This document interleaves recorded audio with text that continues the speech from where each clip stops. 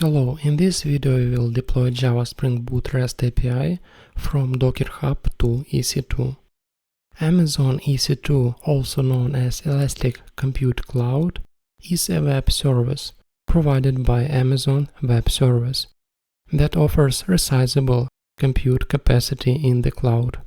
EC2 allows users to run virtual servers, known as instances, in the cloud. And let's proceed by selecting EC2.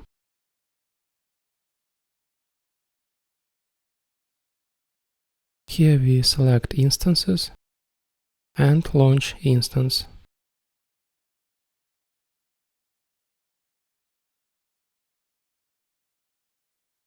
Let's name our application Spring REST. Here we can select instance type, and we should select HTTP traffic, because then we can connect to our application using browser, and I will not check this box because I will do this later to explain you how change the inbound rules.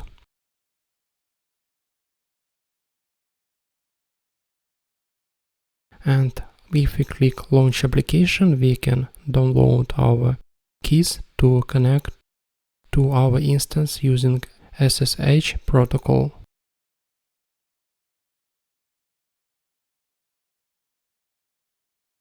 Here we can see our newly created instance, and we have IP address where we can use to get to our application using browser.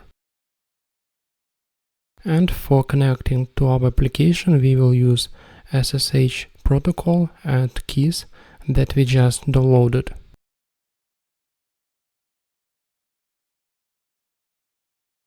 Here we changed viewable status, and let's connect to our instance using this SSH command. So we are connected to our instance and we can see Linux welcome message.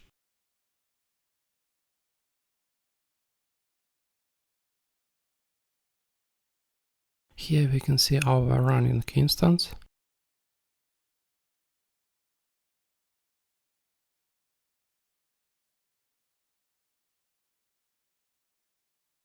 And if we go to security and inbound rules, we see ports and protocols using which we can connect to our application. So using HTTP protocol and browser, we can connect to our application using port 80 and 443. And we can connect using any IP address.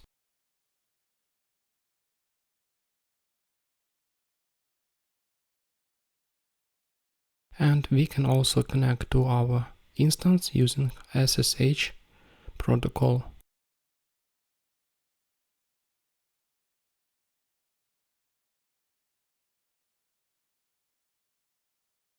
So let's install Docker.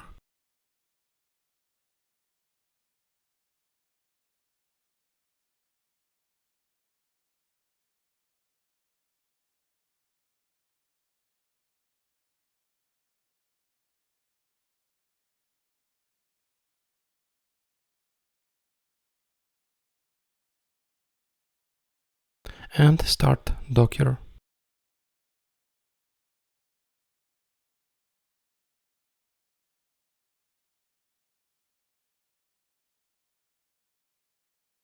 Here we can pull REST API image from Docker Hub.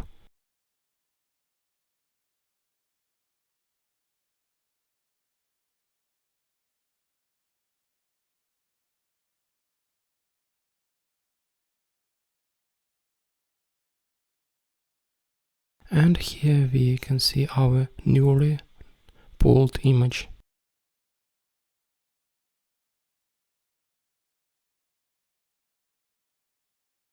So let's run our image using port 80 for HTTP protocol.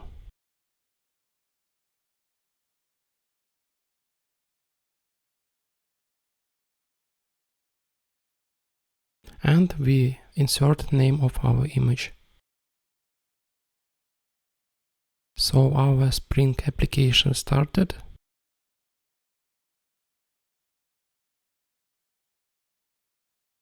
And let's check using port 80. And here we see that our application works.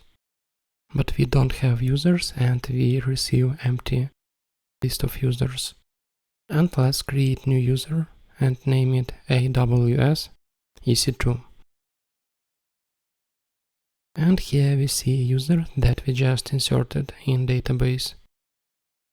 Using localhost we have the same user because both applications are connected to the same RDS database. Let's insert another one user. And we see that it was also inserted.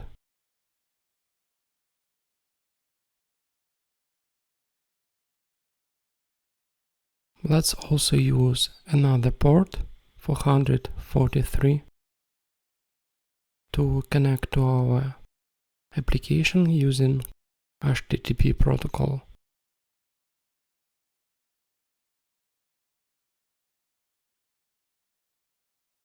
And we change port.